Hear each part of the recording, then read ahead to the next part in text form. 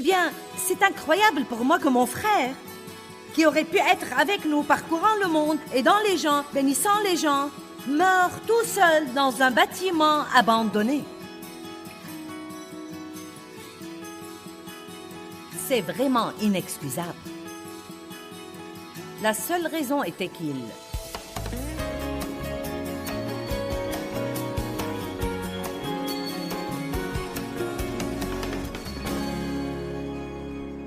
Nous te rendons grâce, Seigneur, pour la parole ce soir et pour tout ce qu'elle va faire pour nous et signifier pour nous. Je te prie de m'aider à bien la prêcher et d'aider les gens à l'écouter et à la comprendre au nom de Jésus.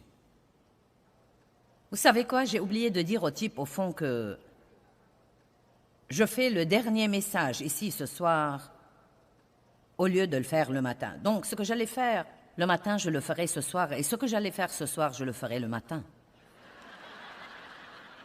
Amen. Je ne sais pas comment ça marche pour moi, mais parfois, j'ai un plan et je m'assois pour étudier et je sens que ça ne va pas pour cette session-là. Donc, je crois vraiment que Dieu amène les gens qu'il faut, là où il faut, au bon moment, et il met la parole qu'il faut dans mon cœur pour ces gens-là. Regardons Romains chapitre 12, verset 2. Nous parlons de la pensée et comment Satan nous attaque dans notre pensée. Romains 12, 2. Il y a quelqu'un ici qui a toujours des problèmes avec sa pensée, avec ses pensées? Eh bien, vous savez quoi? Dieu nous change tout le temps. Et le renouvellement de la pensée est un processus. Il prend du temps. Mais si nous sommes diligents et bien déterminés, nous pouvons apprendre à penser comme pense Dieu et à parler tout comme parle Dieu. Maintenant, soyez attentifs. Nous pouvons apprendre à penser comme pense Dieu et à parler comme parle Dieu. La Bible nous dit que nous avons la pensée de Christ. Imaginez ça. Nous pouvons apprendre à penser de la même façon dont Jésus pense. Romains 12, 2 est un verset puissant que tous les croyants devraient connaître et tous les croyants devraient comprendre. Ne vous conformez pas au monde présent. Ne soyez pas comme le monde, mais soyez transformés, et cela veut dire soyez complètement changés. Combien d'entre vous veulent être complètement changés? Complètement changés par le renouvellement de votre pensée. Par le renouvellement de votre pensée, par ses nouveaux idéaux et sa nouvelle attitude, pour que vous discerniez quelle est la volonté de Dieu, bonne et agréable et parfaite. Cela veut dire pour que vous expérimentiez la bonne volonté de Dieu dans la vie de tous les jours. Vous savez, je ne veux pas juste parler des promesses de Dieu. Je ne veux pas juste rêver des promesses de Dieu. Je ne veux pas être comme les Israélites qui sont sortis d'Égypte et se sont dirigés vers la terre promise et pourtant ils ont erré dans le désert 40 ans. Et malheureusement, c'est comme ça que vivent beaucoup de chrétiens. Ils reçoivent Christ, ils commencent à entendre parler de la bonne vie, mais pour une raison ou pour une autre, ils n'arrivent jamais à vivre cette bonne vie. Et je suis sûre qu'il y a des gens ici ce soir, et certainement des gens qui nous regardent à la télé qui disent « C'est moi, c'était moi pendant longtemps. J'allais à l'église, j'aimais Dieu, j'allais à tous les séminaires, j'allais à tous les camps bibliques, j'avais des CD et des cassettes audio à l'époque et toutes sortes de livres et j'étudiais et je lisais. Mais malgré tout cela, je ne vivais pas encore la vie. Je réprimandais le diable et je dis toujours, je réprimandais jusqu'à ce que mes réprimandes fussent épuisées. Il ne me restait pas une seule bonne réprimande en moi. Ensuite, j'ai finalement découvert que ce n'est vraiment pas le diable qui était mon vrai problème. Ma mentalité et mes attitudes étaient en réalité mon vrai problème. J'ai commencé à étudier sur les Israélites et sur leur voyage dans le désert. Et Dieu m'a donné une compréhension qui m'a aidé et a aidé des milliers et des milliers d'autres personnes dans le monde. Et une grande partie de cela était la base de mon livre intitulé « Le champ de bataille de la pensée ». Ils croyaient que leurs ennemis les gardaient dans le désert. Et c'est ce que nous croyons. Si ce n'était ceci, si ce n'était cela, si je n'avais pas ceci, si j'avais eu une enfance différente, si j'avais plus d'éducation, si le diable me laissait tranquille, si j'étais mariée, si je n'étais pas mariée, si mes enfants ne me causaient pas tant de problèmes. C'est toujours quelque chose qui nous entrave. Et ils croyaient que c'était leurs ennemis. Mais je peux vous prouver de la Bible que ce n'était pas leurs ennemis, c'était leur attitude. Et votre attitude est déterminée par vos pensées. Mon attitude est déterminée par mes pensées et votre attitude est déterminée par vos pensées. Il n'y a pas moyen de sortir du désert et d'entrer dans la terre promise, à moins que vous n'appreniez à penser comme pense Dieu et à parler comme parle Dieu. Vous ne devez pas parler d'après votre pensée et d'après vos sentiments. Vous devez parler par la foi, d'après la parole de Dieu. La première chose dont je voudrais parler, le premier modèle des mauvaises pensées qu'ont les gens est « mon passé détermine et dicte mon avenir ». Maintenant, je veux vous assurer ce soir que quel que soit le genre de passé que vous avez eu, quel que soit le tort que vous avez fait dans le passé, quel que soit le genre de pécheur exceptionnellement méchant que vous avez été, quel que soit ce que vous a été fait, aussi grand que soit le nombre des gens qui vous ont blessé ou qui vous ont maltraité, aussi injuste que soit votre vie, cela ne doit pas du tout affecter votre avenir. Du tout. Je veux vous rappeler ce soir Shadrach, Meshach et Abednego. Peut-être que vous avez lu là-dessus. Sinon, écoutez pour savoir de quoi il s'agit. C'étaient les amis de Daniel. Et dans le livre de Daniel, il y a un roi, Nebuchadnezzar, qui a décrété que tout le monde se prosterne devant la statue d'or. Shadrach, Meshach et Abednego étaient pieux et ils ont refusé de se prosterner. Et donc, ils ont fait une déclaration audacieuse et ils ont dit « Sache, ô roi, que si notre Dieu peut nous délivrer, il le fera. Sinon, nous n'adorerons pas tes dieux. » Ils s'étaient décidés à tenir bon avec Dieu. Et c'est une autre chose dont nous allons parler ce week-end au sujet d'avoir une pensée décidée. Je vais en parler un peu ce soir, mais j'en parlerai davantage demain. Nous devons nous décider à propos de ce que nous croyons et nous devons arrêter de reculer.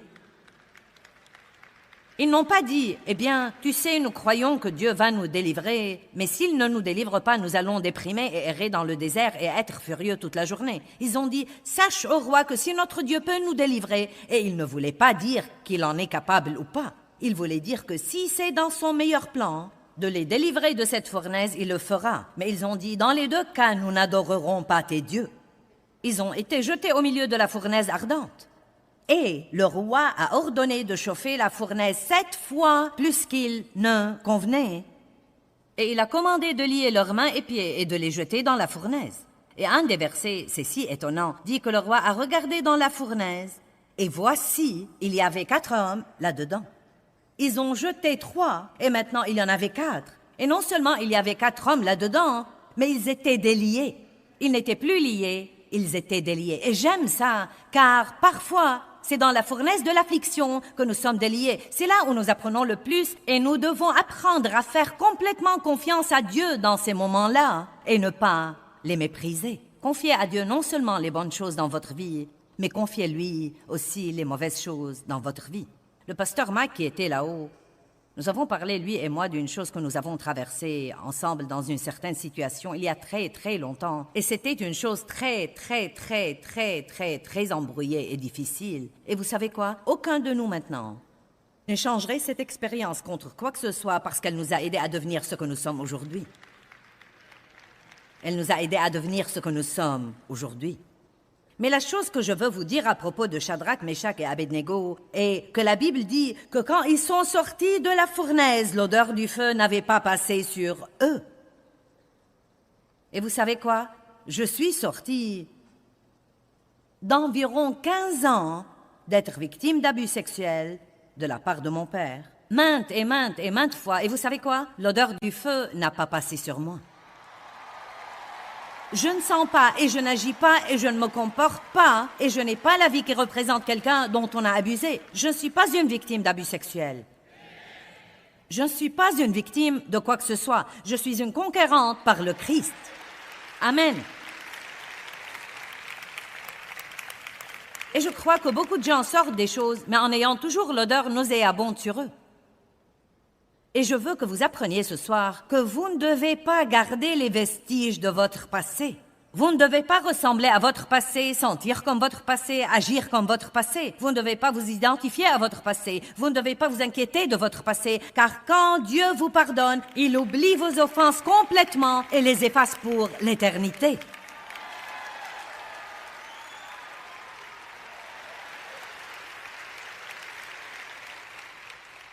J'ai pensé cet après-midi à quelque chose et je n'y ai jamais pensé auparavant. Je crois donc que c'est Dieu qui me l'a mis dans le cœur. Si vous regardez tous les gens différents que nous respectons dans la Bible, Je ne vois aucun d'eux parler de son passé, bien qu'ils aient tous un passé. Non, mais Pierre ne s'assied pas avec les hommes pour dire « Oh, mince alors, croyez-moi, après avoir renié Christ, je ne sais pas. » Non, mais vous savez, je ne sais vraiment pas si je peux être un apôtre ou non. Non, mais ça alors. Non, mais je ne l'ai pas renié une seule fois. Je l'ai renié 3 fois et mince alors, je me suis mise à jurer avec des imprécations. Et oh, quand il avait le plus besoin de moi, je l'ai vraiment déçu après tout ce qu'il avait fait pour moi. Je ne vois jamais dans la...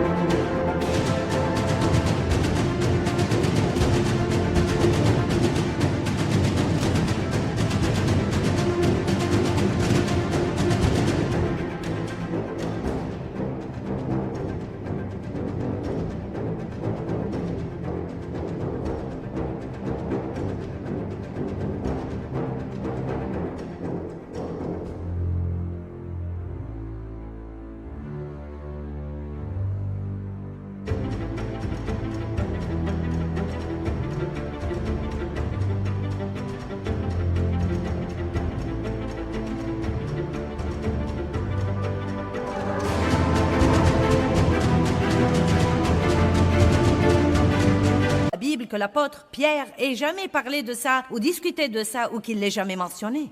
Je crois qu'il avait une certaine compréhension que nous devons avoir ici ce soir. La seule fois où vous entendez Paul parler de son passé est quand il parle de la grande grâce de Dieu qui lui a pardonné et qu'il l'a utilisé de la façon dont il l'a utilisé. Et la raison pour laquelle je me donne la peine de vous parler de mon passé est pour vous faire savoir que quel que soit ce que vous avez traversé, vous pouvez le surmonter et avoir une merveilleuse vie.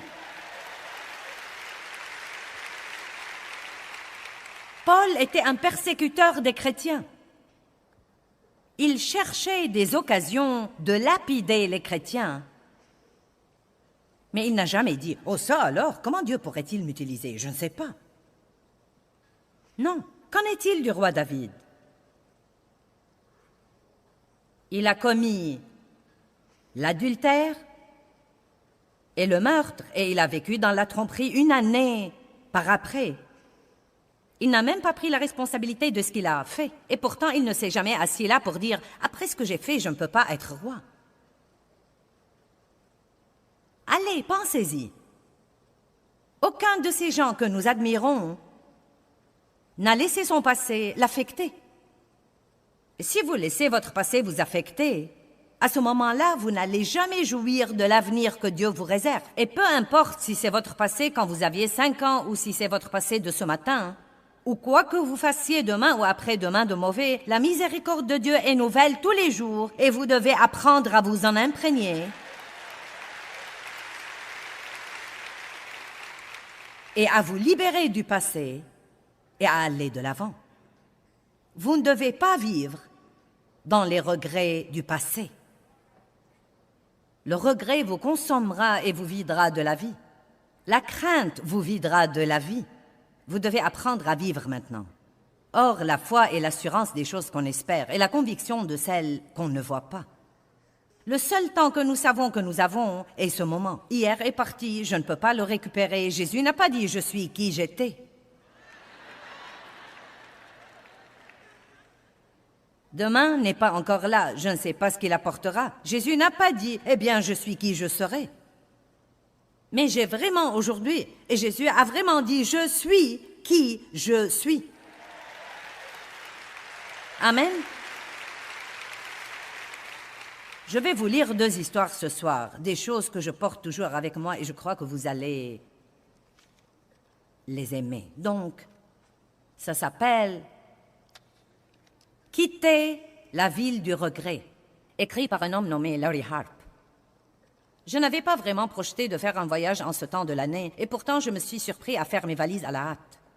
Le voyage allait être désagréable et je savais à l'avance que rien de bon n'en sortira. Je parle de mon voyage annuel de culpabilité. J'ai des billets sur les lignes aériennes si seulement j'avais. Le vol était extrêmement court. J'ai pris mes bagages que je n'ai pas pu enregistrer. J'ai décidé de les porter moi-même pendant tout le trajet. 1000 souvenirs d'espoir déçus les alourdissaient. Personne ne m'a salué dans le terminal de l'aéroport international de la ville du regret. Je dis international car, vous voyez, les gens viennent de tous les coins du monde à cette grande ville lugubre. Quand je suis arrivée au dernier hôtel club, j'ai remarqué qu'on accueillait l'événement le plus important de l'année, la fête annuelle de l'apitoiement sur soi. Eh bien, je ne voulais pas manquer cette grande occasion sociale, car beaucoup de citoyens éminents de la ville seront là. D'abord, vous voyez, il y aura la famille Faire. Vous savez, j'aurais dû faire, j'aurais aimé faire et j'aurais pu faire. Il y aura ensuite la famille Avoir. Vous connaissez probablement le vieux Souhait et son clan. Si seulement j'avais. Évidemment, les occasions seront présentes, les perdus et les manqués. La famille la plus grande, toutefois, sera les Hier. Il y en a trop pour les compter, mais chacun aura une histoire très triste à raconter. Ensuite, les rêves brisés fera son apparition, et c'est de leur faute nous régalera d'histoires et d'excuses sur la raison des échecs dans sa vie, et chacun sera applaudi fort par « ne me blâmez pas et je n'y pouvais rien ».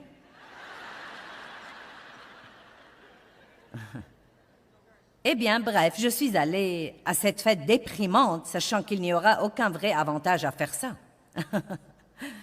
Et comme d'habitude, je me suis sentie très déprimée. Mais je pensais à toutes les histoires des échecs rapportés du passé, et il m'est venu à l'esprit que je pouvais annuler tout ce voyage et les fêtes ultérieures d'apitoiement sur soi. J'ai commencé à me rendre compte que je ne devais pas être là. Je ne devais pas être déprimée. Une chose a persisté dans ma pensée. Je ne peux pas changer hier, mais j'ai la puissance de faire d'aujourd'hui une merveilleuse journée. Je peux être heureux, joyeux, comblé, encouragé, aussi bien qu'encourageant. Sachant ceci, j'ai quitté la ville du regret immédiatement et je suis partie sans laisser d'adresse. Et je suis désolée pour les erreurs que j'ai commises dans le passé. Oui, mais il n'y a aucun moyen physique de les réparer. Si vous projetez donc de faire un voyage pour revenir à la ville du regret, annulez toutes vos réservations maintenant, s'il vous plaît. Au lieu de cela, faites un voyage à un endroit nommé Repartir à zéro. Je l'ai aimé tellement que j'y ai pris une résidence permanente. Mes voisins, je me pardonne, et les nouveaux débuts ont été très serviables avec moi. Et oh, à propos, vous ne devez pas porter de lourds bagages là, car croyez-moi, vous serez soulagés de votre fardeau à l'arrivée. Que Dieu vous bénisse en vous montrant cette merveilleuse ville. Et si vous la trouvez, si elle est dans votre cœur, passez me voir s'il vous plaît. J'habite à la rue, je peux le faire. Amen.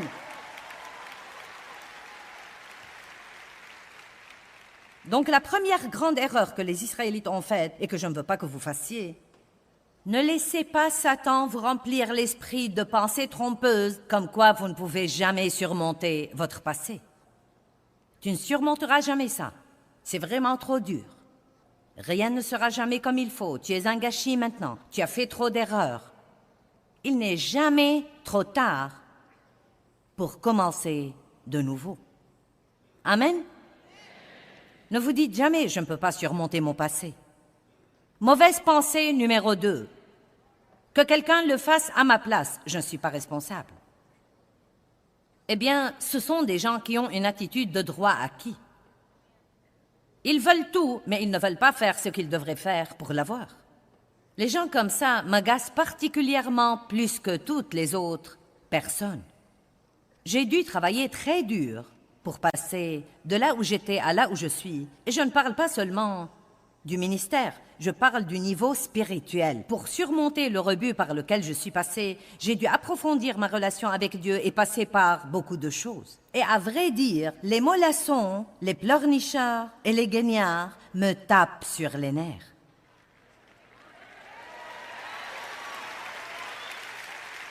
Eh bien, je suis franche avec vous, cela m'agace vraiment. Voulez-vous arrêter ? Maintenant, vous avez peut-être vu l'émission où j'ai parlé de mon frère. Sinon, je veux partager maintenant un peu de son histoire. Mon frère, il y a un an, Noël passé, a été trouvé mort à Los Angeles, dans un bâtiment abandonné. Mon frère! Alcoolique, toxicomane, désespéré, pensée dérangée à cause de toutes les drogues. Il ne prenait jamais la responsabilité de sa vie. Depuis que je le connaissais, il était irresponsable. Et voulait que tous les autres, non seulement il s'attendait à ce que tous les autres s'occupent de lui. À un moment donné, Dave et moi avons investi 4 ans en lui et une somme incroyable d'argent. Non, mais il s'est rétabli. Il travaillait pour nous, il voyageait avec nous. Certains d'entre vous l'ont peut-être même vu, si vous venez à mes réunions depuis des années. Beau jeune homme. Il s'appelait David et mesurait plus de 1,80 m et il était beau comme tout. Il était mon cadet de 10 ans. J'ai cru qu'il allait vraiment y arriver, mais il a vécu avec nous et quand nous lui avons demandé d'avoir son appartement, nous avons cru qu'il était temps pour faire ça. Tout s'est détérioré de nouveau. Le seul moyen pour qu'il fasse ce qu'il faut était que quelqu'un d'autre le lui fasse faire tout le temps. Laissez-moi vous dire quelque chose. Tôt ou tard, nous devons apprendre à nous gérer nous-mêmes.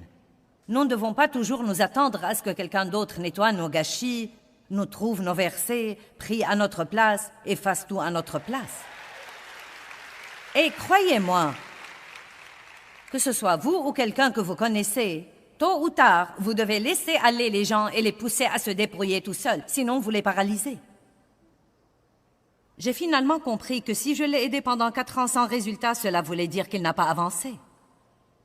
Eh bien, il est parti et il a déménagé en Arizona. Et je n'ai pas reçu de ses nouvelles pendant des années. La seule fois où j'avais de ses nouvelles était quand il avait des ennuis et qu'il avait besoin d'argent. Il voulait que je lui envoie de l'argent. Et à un moment donné, lui et une fille avec qui il vivait voulaient que je leur ouvre un compte bancaire et que j'y dépose une certaine somme tous les mois pour qu'il ait de quoi vivre. Je lui ai dit, tu es fou?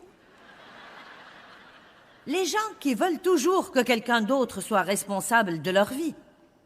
C'est une mentalité de droit acquis. Et nous avons ça dans le monde aujourd'hui et nous l'avons surtout en Amérique. Et c'est une pensée vraiment puante et il n'y a rien de pieux là-dedans. Et c'est non seulement une pensée puante, mais encore une pensée dangereuse. Car la Bible dit que nous récoltons ce que nous semons. Nous sommes censés travailler, nous sommes censés être responsables. Maintenant oui, si quelqu'un a vraiment besoin d'aide, nous devrions sans doute l'aider. Mais c'est complètement différent.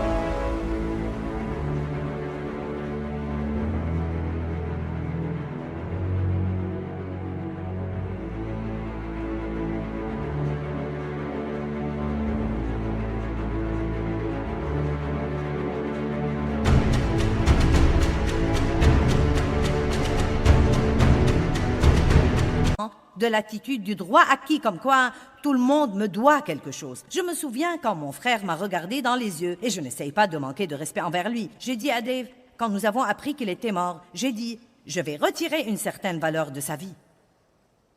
Je vais partager sa vie pour montrer aux gens la différence entre 2 personnes qui ont été élevées dans la même maison, et j'ai été maltraitée beaucoup plus que lui. Et tout de suite après sa mort, on m'a envoyé ce qu'on appelle ses effets personnels et tout ce qui est resté de la vie de cet homme tenait dans une enveloppe en papier Kraft 20 x 30. Je pouvais tenir sa vie là, dans une enveloppe. Et Dieu me permet d'aider les gens dans le monde entier. Et ce n'est pas parce que j'étais extraordinaire et qu'il ne l'était pas, ou que j'avais plus d'occasions et qu'il n'en avait pas, mais parce que j'ai décidé de croire Dieu et non seulement de prier, mais encore de jouer mon rôle.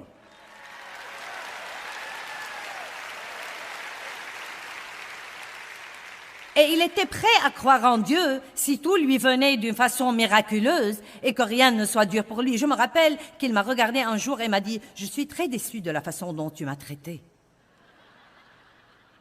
Et je lui ai dit « C'est vrai, est-ce que tu es très déçu? Toi, tu es vraiment déçu? » J'essaye de vous dire que vous devez vous débarrasser de cette mentalité si vous l'avez, comme quoi quelqu'un d'autre est censé tout arranger pour vous. Et je suis sûre que vous n'êtes pas comme ça, mais j'ai sûrement 1 million de personnes qui me regardent à la télé qui sont comme ça. Et vous savez quoi? Je vous dis ces trucs parce que je vous aime vraiment. Je peux vous tapoter sur la tête et vous dire des choses agréables pour que tout le monde m'aime et pense que je suis gentille, mais j'essaye de vous aider à grandir. J'essaye de vous aider à avoir ce que Dieu veut que vous ayez. J'essaye de vous aider à être la personne que Dieu veut que vous soyez. Et parfois, comme enfants, nous devons avoir une fessée de temps en temps.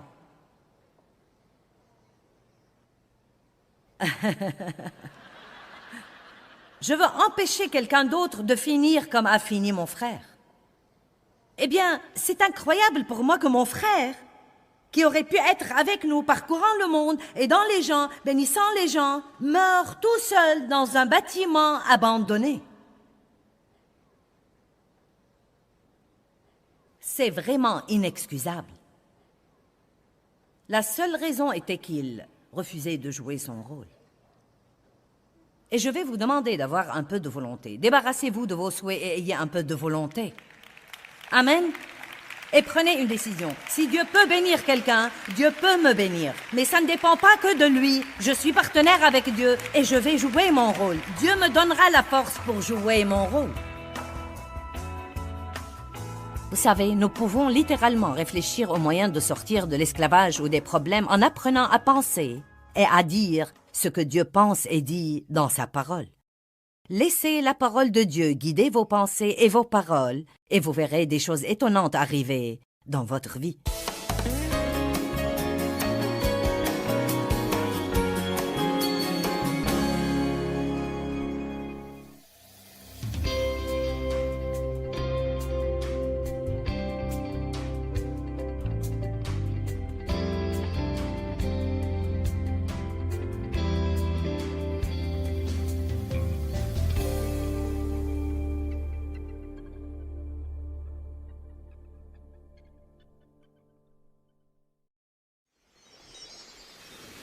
Je vais demander et continuer à demander, frapper et continuer à frapper, chercher et continuer à chercher, jusqu'à ce que j'ai un exaucement et que je trouve des réponses pour ma vie. Restez avec nous, donc jouissez de votre vie.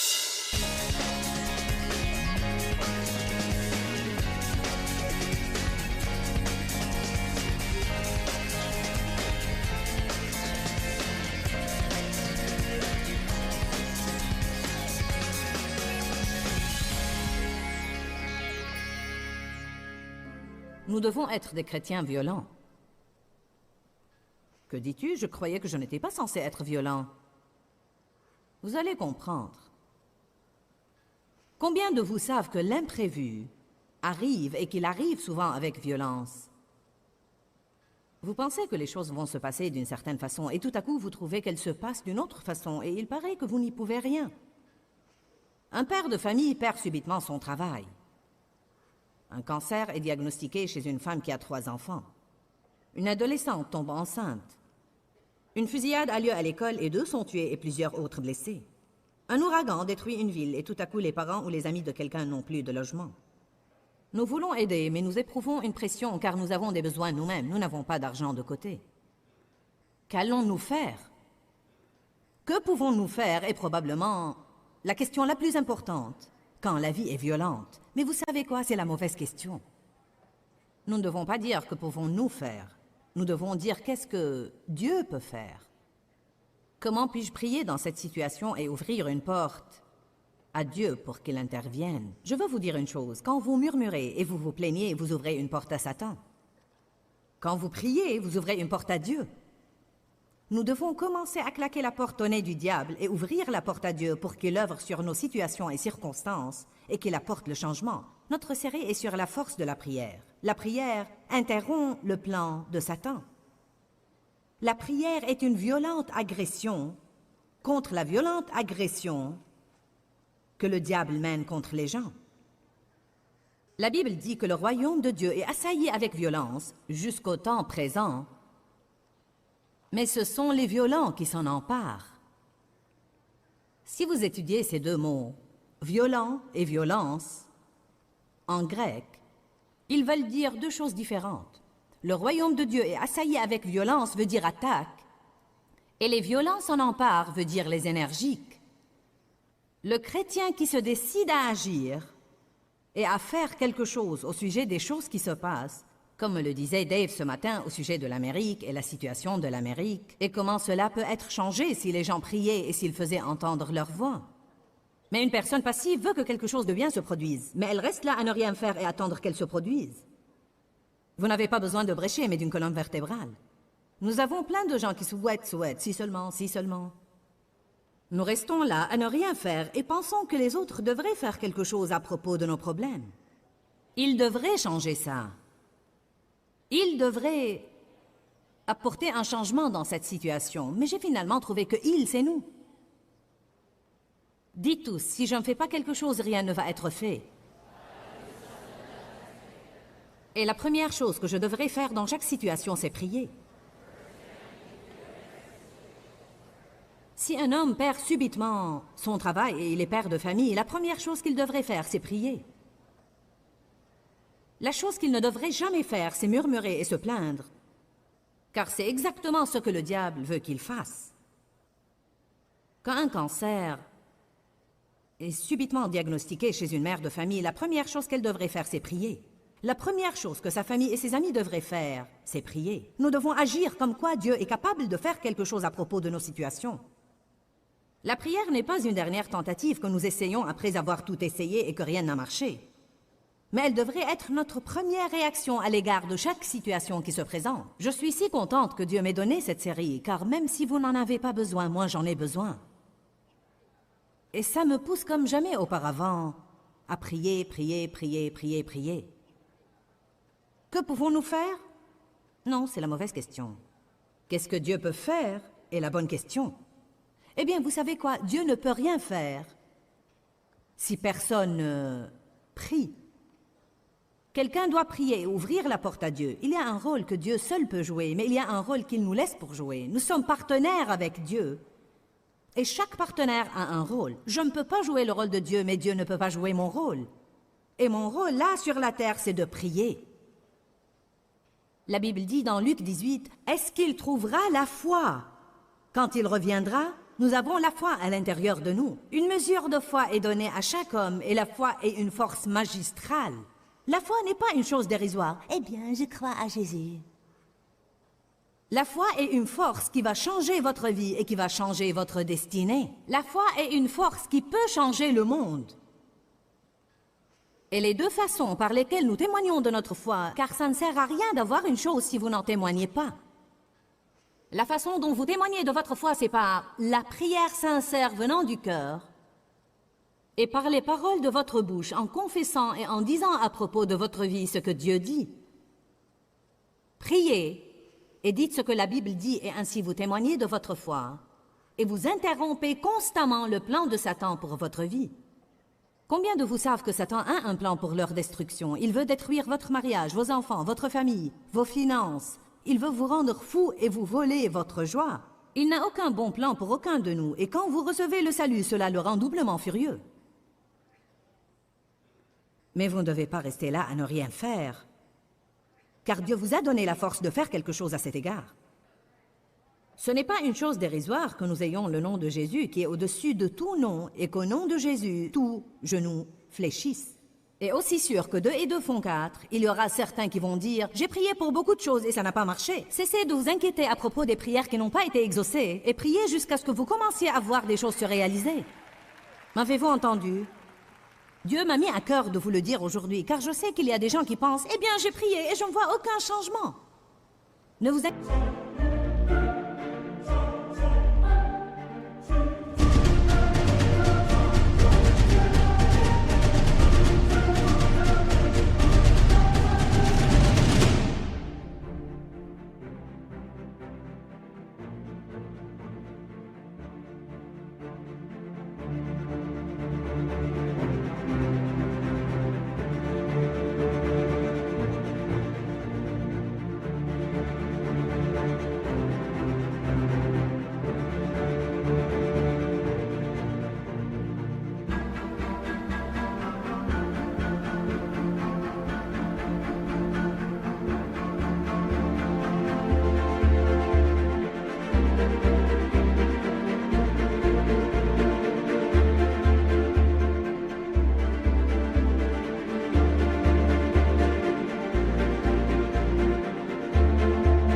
inquiétez pas à cet égard. Ne soyez pas découragés par un échec. Dites plutôt, je vais prier jusqu'à ce que je voie un changement. Et alors, Dieu, soit que tu vas exaucer mes prières, soit que tu vas te lasser de me voir devant toi, parce que je vais continuer jusqu'à ce que je voie l'exaucement, car il se trouve que je crois que tu es un Dieu fidèle, et je sais que je ne peux pas m'aider moi-même, mais je sais que rien ne t'est impossible, alors je ne vais pas me taire. Je vais demander et continuer à demander, frapper et continuer à frapper, chercher et continuer à chercher, jusqu'à ce que j'ai un exaucement et que je trouve des réponses pour ma vie. Savez-vous ce qu'est notre plus grand problème? Nous laissons tomber trop facilement. Si nous ne prenons pas une réponse tout de suite, nous partons la queue basse et filons et pleurnichons quelque part. La Bible dit, ne vous lassez pas de faire le bien, et prier, c'est faire le bien. Ne vous lassez pas de faire le bien, car au temps convenable, vous moissonnerez si vous ne relâchez pas. Quand une personne relâche, elle laisse tomber et elle renonce. Je ne vais pas renoncer, et je vais vous montrer certaines personnes dans la Bible ce soir qui ont refusé de renoncer. Allez à Jean chapitre 14. En vérité, je vous le dis, celui qui croit fermement en moi sera lui-même capable de faire les œuvres que je fais, et il fera même de plus grandes que celles-là, parce que je m'en vais au Père. Quel genre de déclaration est-ce? Jésus a dit, si vous croyez en moi, vous ferez des choses plus grandes que celles que j'ai faites. Comment ceci est-il possible? Comment pourrions-nous faire des choses plus grandes que celles qu'il a faites? Je vais vous dire comment. Car Jésus n'était là dans son ministère sur terre que 3 ans. Ça fait 25 ans déjà que je prêche l'Évangile. Et beaucoup de vous ont reçu le salut depuis longtemps. Et il était une seule personne. Fils de Dieu, fils de l'homme. Mais il était un seul homme dans un seul corps. Et il ne pouvait être que dans une place à la fois, et nous sommes nombreux. Il était le premier-né de toute créature, et nous, en tant que corps de croyants, nous pouvons faire plus de choses, des choses plus grandes, des choses plus profondes que celles que Jésus a faites si nous croyons fermement en lui et si nous apprenons à nous servir de son nom. Jésus est venu sur terre comme un exemple. Il est venu nous montrer comment vivre, et nous sommes censés prendre le flambeau qu'il nous donne et continuer à le porter. Tout ne s'est pas terminé avec son départ. Cela venait juste de commencer, messieurs, dames. Amen. L'Église est en train de s'échauffer. Elle sommeillait plutôt dernièrement, mais nous essayons de la réveiller pour que les justes se tiennent debout et prennent leur place légitime dans la société et agissent comme étant de puissants hommes et femmes de Dieu. Amen. Voici, je vous donne le pouvoir de marcher sur les serpents et les scorpions et sur toute la puissance que l'ennemi possède, et rien ne pourra jamais vous nuire. Je me rappelle toujours comme j'étais joyeuse et comme j'étais excitée en tant que chrétienne nouvellement baptisée par le Saint-Esprit, quand j'ai commencé à écouter des messages comme quoi j'avais une autorité et une puissance, et que je ne devais pas me laisser faire et laisser le diable me marcher sur les pieds et laisser tous les autres me marcher sur les pieds toute ma vie, que j'avais une puissance et que je pouvais prier, et que Dieu interromprait le plan de Satan, et que si je suivais les voies de Dieu, qu'il me rendrait ce que Satan m'avait volé dans ma vie, et qu'il prendrait toute la honte de ma jeunesse et me donnerait une double récompense, une double bénédiction en échange. Savez-vous que la Bible nous promet que Dieu nous donnera le double pour nos troubles si nous croyons en lui? Dites, je vais prendre le double pour mes troubles.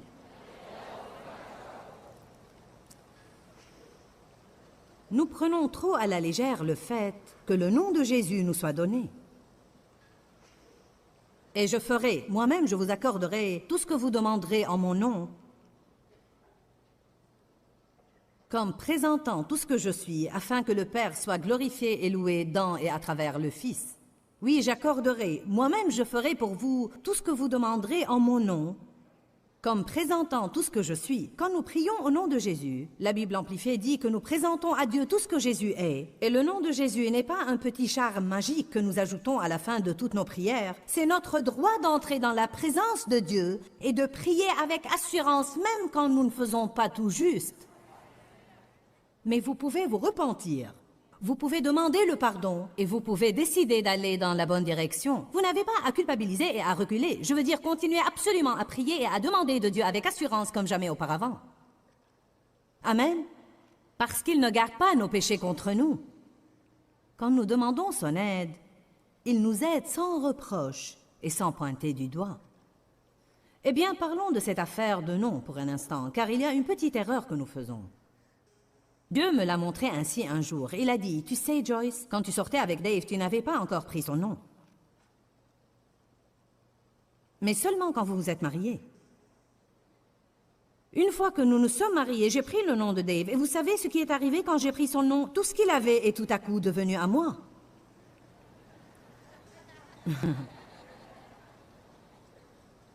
J'avais une vieille voiture à l'époque. Ou bien avais-je même une voiture? Je ne sais même plus si j'avais une voiture.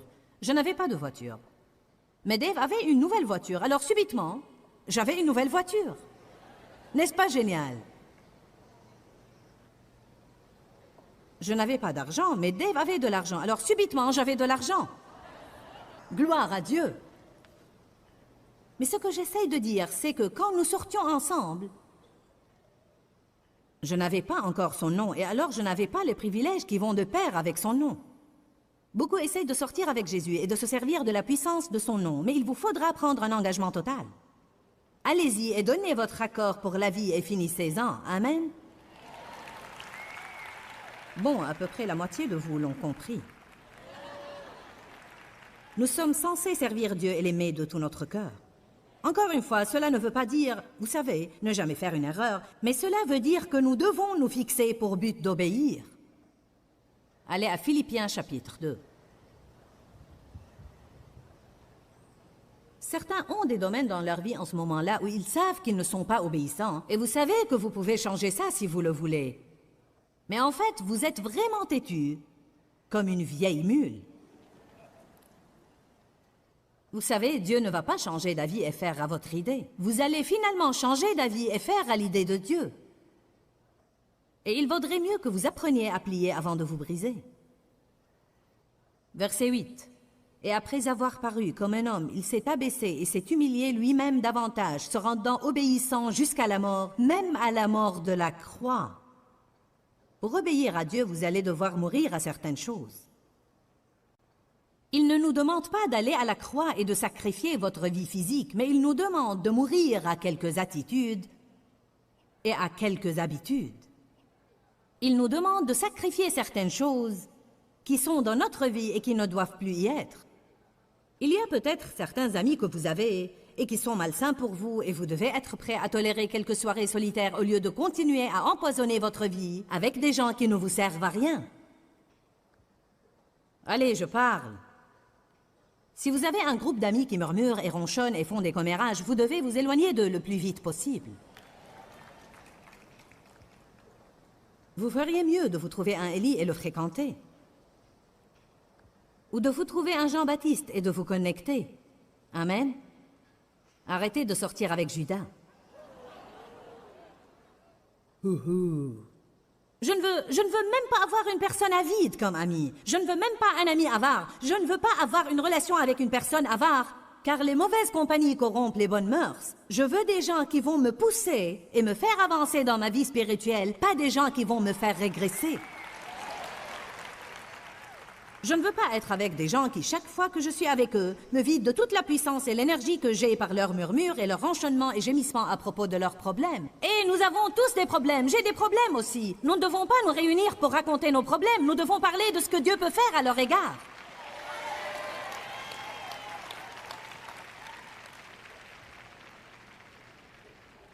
Eh bien, c'est le seul ami que j'ai. Si je le laisse tomber, je serai solitaire. Eh bien, je préfère être solitaire, mais victorieuse.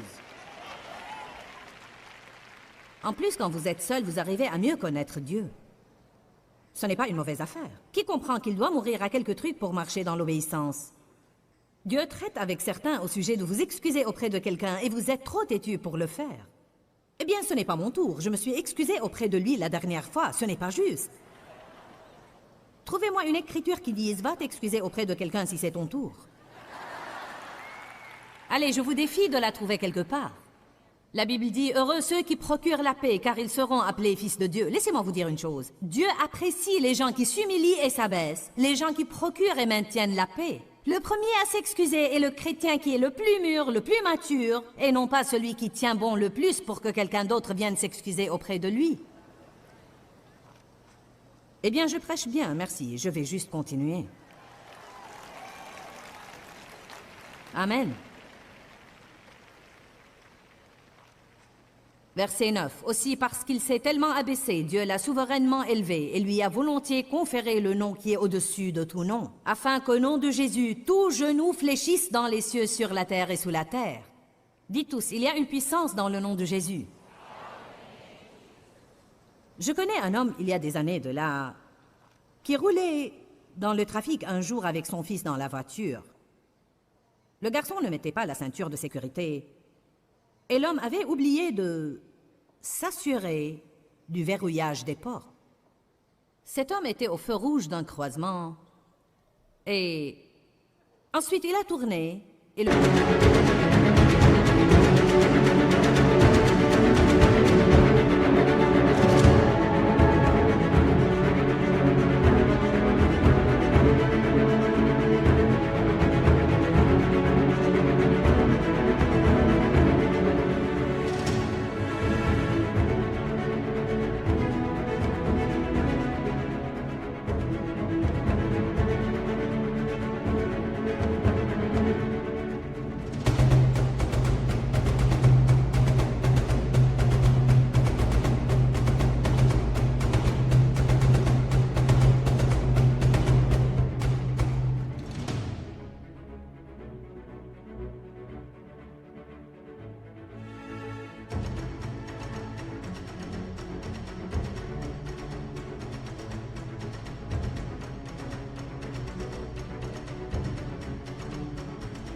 Le petit garçon est tombé hors de la voiture au milieu du trafic et une voiture venait assez vite, tout droit vers lui. Eh bien, il n'avait même pas le temps de prier. Il a dit une chose, il a dit un mot, Jésus! Il est descendu de la voiture. Et cette voiture qui venait vers son fils s'est arrêtée net avant d'atteindre le petit garçon. Et l'homme qui conduisait la voiture était visiblement choqué et complètement bouleversé. Et le père disait, ce n'est pas grave, mon fils va bien, tu ne l'as pas atteint. Il a répondu, tu ne comprends pas, tu ne comprends pas, tu ne comprends pas. Je n'ai jamais mis le pied sur le frein.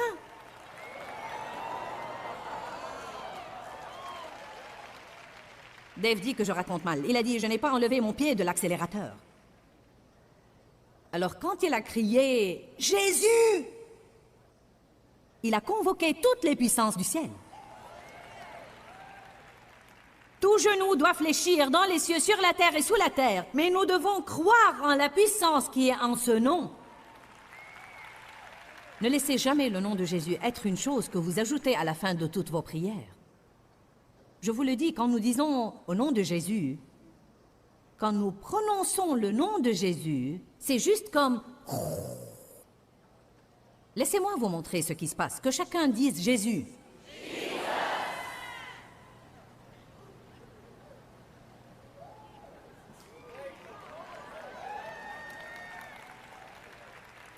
Maintenant, je peux vraiment sentir la force et l'onction libérée quand les gens prononcent ce nom.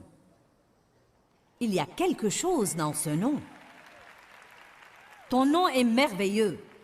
Et c'est vrai, il y a quelque chose dans ce nom. Dites-le de nouveau. Alléluia.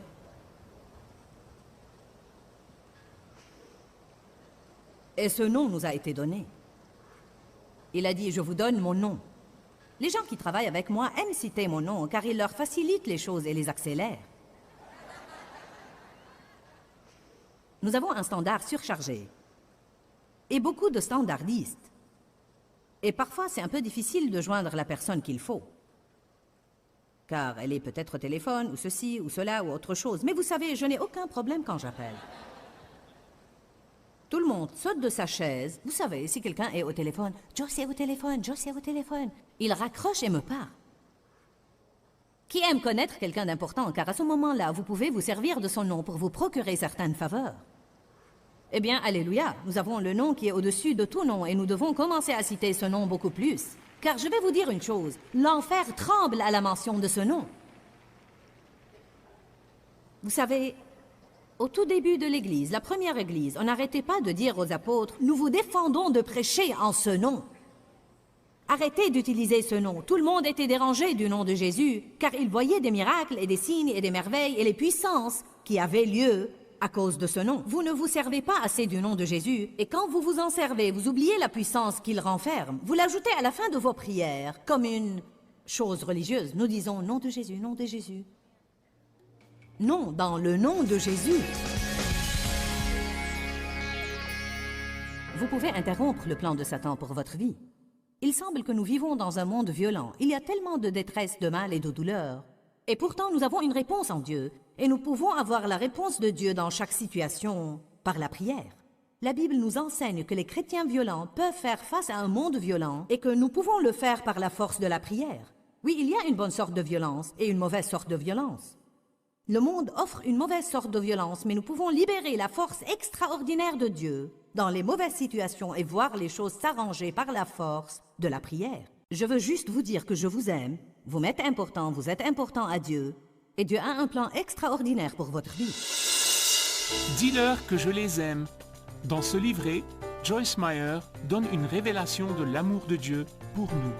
Pour obtenir ce livret gratuitement, écrivez-nous à Joyce Meyer, boîte postale 40095-6300, Larnaca, Chypre. Ou bien visitez notre site web www.joycemeyer.org/fr.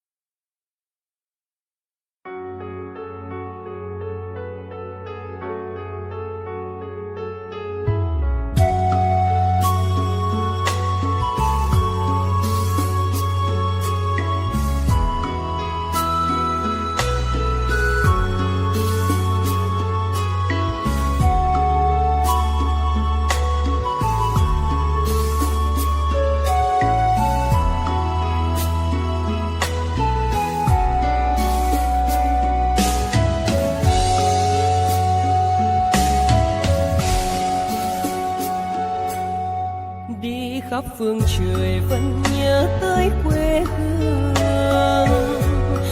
Người về đây thăm làng trù quê mẹ và làng sen quê cha, xúc động bồi hồi người rơi giọt lệ thương mái nhà tranh.